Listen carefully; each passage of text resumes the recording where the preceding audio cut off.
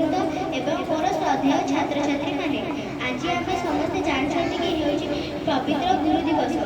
ଏହି ପବିତ୍ର ଗୁରୁ ଦିବସ ହେଉଛି ଆମ ଭାରତର ଉପରାଷ୍ଟ୍ରପତି ଏବଂ ଦ୍ୱିତୀୟ ରାଷ୍ଟ୍ରପତି ସର୍ବପଲ୍ଲୀ ରାଧାକୃଷ୍ଣ ଡକ୍ଟର ସର୍ବପଲ୍ଲୀ ରାଧାକୃଷ୍ଣଙ୍କ ଜନ୍ମ ଦିବସ। ଏହି ଦିବସ ଅବସରରେ ମୋତେ କିଛି କହିବାର ସୁଯୋଗ ମିଳିବାରୁ ମୁଁ ନିଜକୁ ଧନ୍ୟ ମନେ କରୁଅଛି। ଗୁରୁଙ୍କୁ ନମ ଜୀବନର, ଗୁରୁ ହିଁ ସାକ୍ଷାତ ଈଶ୍ୱର। ଆଜି ହେଉଛି ଗୁରୁ ଦିବସ ଅର୍ଥାତ୍ ଟିଚର୍ସ ଡେ। ଗୁ ଶବ୍ଦର ଅର୍ଥ ହେଉଛି ଅନ୍ଧକାର ଏବଂ ରୁ ଶବ୍ଦର ଅର୍ଥ ହେଉଛି ଆଲୋକ, ଅର୍ଥାତ୍ ଯିଏ ଆମ ଜୀବନର ଅନ୍ଧାରକୁ ଦୂର କରି ଆଲୋକ ଦେଖାଇଥାନ୍ତି ସେ ହେଉଛନ୍ତି ଆମର ପ୍ରକୃତ ଗୁରୁ। ଗୁରୁ ଭଗବାନଙ୍କ ସହ ତୁଳନୀୟ। ଜଣେ ଗୁରୁର ଆଶୀର୍ବାଦ ପାଇ ଜଣେ ଛାତ୍ର ଅଶେଷ ଜ୍ଞାନ ଓ ସମ୍ମାନର ଅଧିକାରୀ ହୋଇଥାଇପାରେ। ସାଧାରଣତଃ ଆମର ପ୍ରଥମ ଗୁରୁ ହେଉଛନ୍ତି ଆମର ପିତାମାତା, କିନ୍ତୁ ପିତାମାତାଙ୍କ ପରେ ଆମର ଦ୍ୱିତୀୟ ଗୁରୁ ହେଉଛନ୍ତି ଶିକ୍ଷକ ବା ଶିକ୍ଷୟିତ୍ରୀ। ଏହି ଗୁରୁମାନେ ଆମର ପ୍ରତ୍ୟେକ ଛୋଟ ବଡ଼ ଭୁଲକୁ କ୍ଷମା କରି ଉଚିତ ଶିକ୍ଷା ଦେଇ ଜୀବନର ଭବିଷ୍ୟତକୁ ଆଲୋକ ଓ ସରଳ କରିଥାନ୍ତି। ସେହି ଗୁରୁମାନଙ୍କ ସମ୍ମାନ ଜଣାଇବା ସହିତ ତାଙ୍କର ସାନ୍ନିଧ୍ୟ ଲାଭ ପାଇଁ ଆମେ ଏହି ପ୍ରତିବର୍ଷ ଏହି ଗୁରୁ ଦିବସକୁ ପାଳନ କରିଥାଉ।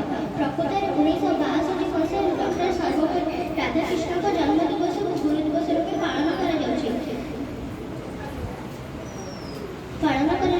ଡକ୍ଟର ସର୍ବପଲ୍ଲୀ ରାଧାକୃଷ୍ଣ ଥିଲେ ଜଣେ ଖ୍ୟାତନାମା ଦାର୍ଶନିକ, ଉତ୍କୃଷ୍ଟ ବକ୍ତା ଏବଂ ଆଦର୍ଶ ଶିକ୍ଷକ। ସେ ତାଙ୍କର ଜନ୍ମ 1888 ମସିହା ସେପ୍ଟେମ୍ବର ମାସ 5 ତାରିଖ ତାମିଲନାଡୁର ଏକ ଛୋଟ ଗାଁ ତିରୁତାନିରେ ହୋଇଥିଲା। ତାଙ୍କର ବାପା ବୀରସ୍ୱାମୀ ଥିଲେ ଜାତିର ବ୍ରାହ୍ମଣ। ସେ ଅନେକ ପୂଜା କର୍ମକର୍ମାଣି କରି ତାଙ୍କର ଜୀବିକା ଅର୍ଜନ କରୁଥିଲେ। ତାଙ୍କର ଆର୍ଥିକ ଅବସ୍ଥା ଆଦୌ ଭଲ ନଥିଲା। ବହୁ କଷ୍ଟରେ ରାଧାକୃଷ୍ଣ ପ୍ରାଥମିକ ଶିକ୍ଷା ସମାପ୍ତ କରିଥିଲେ। ହାଇସ୍କୁଲ ଶିକ୍ଷା, ବୁଡ୍ କଲେଜରେ କଲେଜ ଶିକ୍ଷା ଏବଂ ମାଡ୍ରାସ କଲେଜର ଖ୍ରୀଷ୍ଟିଆନ ଶାସନ ଓ ତର୍କ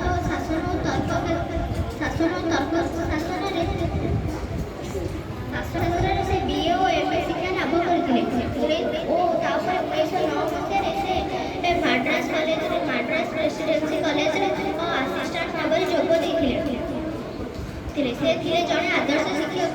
ପରବର୍ତ୍ତୀ ସମୟରେ ସେ ଗାନ୍ଧୀଜୀ ଓ ଅନ୍ୟାନ୍ୟ କଂଗ୍ରେସ ନେତାଙ୍କ ସହ ପରିଚିତ ହେଲେ ଓ 1952 ମସିହାରେ ସେ ଆମ ଭାରତର ଉପରାଷ୍ଟ୍ରପତି ଓ 1962 ମସିହାରେ ସେ ଆମ ଭାରତର ଦ୍ୱିତୀୟ ରାଷ୍ଟ୍ରପତି ହେଲେ।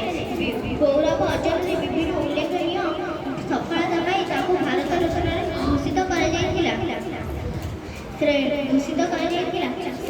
ଶିକ୍ଷକ ଦେଶବାସୀଙ୍କ ପ୍ରତି ଦୃଷ୍ଟିର ଆକର୍ଷଣ କରିବା ପାଇଁ ସେ ତାଙ୍କ ଜନ୍ମ ଦିବସକୁ ଗୁରୁ ଦିବସ ରୂପେ ପାଳନ କରିବା ପାଇଁ ଜନସାଧାରଣଙ୍କୁ ନିବେଦନ ଦେଇଥିଲେ। ସେହି ଦିନଠାରୁ ତାଙ୍କର ଜନ୍ମ ଦିବସକୁ ଗୁରୁ ଦିବସ ରୂପେ ପାଳନ କରାଯାଉଛି। ମୁଁ ବିଶେଷ କିଛି ନ କହି ଏତିକି କହି ମୋ ବକ୍ତବ୍ୟ ଶେଷ କରୁଛି।